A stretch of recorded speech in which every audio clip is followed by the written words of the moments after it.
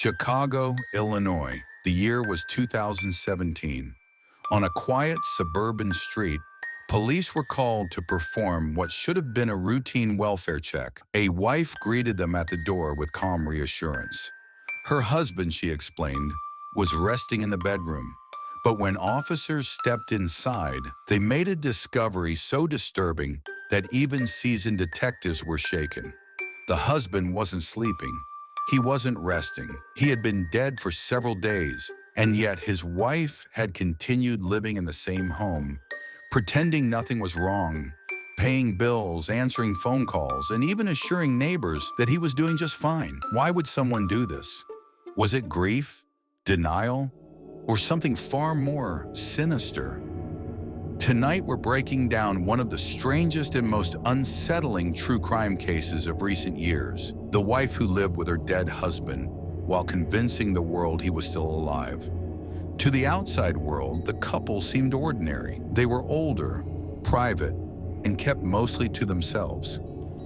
Neighbors described them as polite, but distant, hardly the type of people who attracted attention. But cracks had already begun to show. Friends and relatives noticed missed calls, unusual excuses, and long stretches of silence. Something about the wife's behavior raised quiet suspicion. Still, no one could imagine what was really happening inside that house. The truth came out when relatives, worried they hadn't heard from the husband in days, asked police to check on him. When officers arrived, the wife welcomed them in.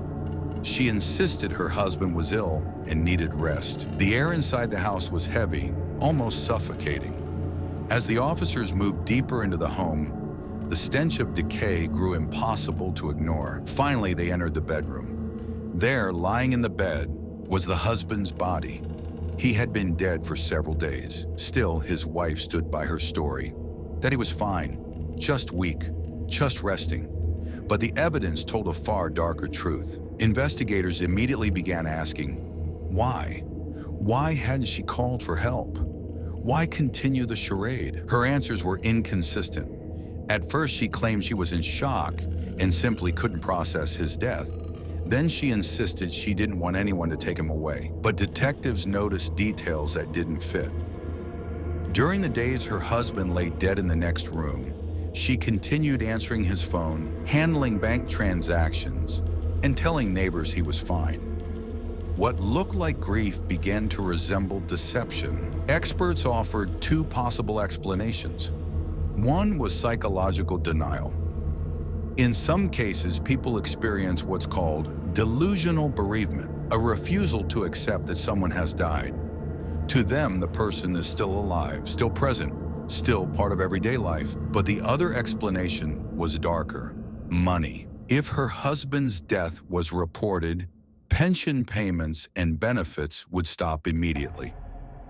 By pretending he was alive, she could continue to receive financial support, at least for a little while longer. So was this a grieving widow lost in denial? Or was it a cold attempt to buy time and hold on to money that no longer belonged to her? Ultimately, police determined the husband had died of natural causes. But the wife wasn't free from consequences. She was charged with failing to report a death and obstructing justice. The community was left horrified. Neighbors who had waved to her on the street now admitted they felt a chill every time they thought about what had been happening just a few feet away. For investigators, it was a haunting reminder. Sometimes the most disturbing crimes aren't about murder. They're about deception, desperation, and the terrifying secrets people keep behind closed doors. So, what do you think? Was this wife a grieving woman unable to accept the death of her husband? Or was she a calculating deceiver, trying to stretch out financial gain while pretending everything was fine? Let me know your thoughts in the comments below. I read every single one. If this case gave you chills, make sure to hit the like button. It really helps the channel. And don't forget to subscribe for more true crime stories that reveal the darkest truths hidden in plain sight. Until next time.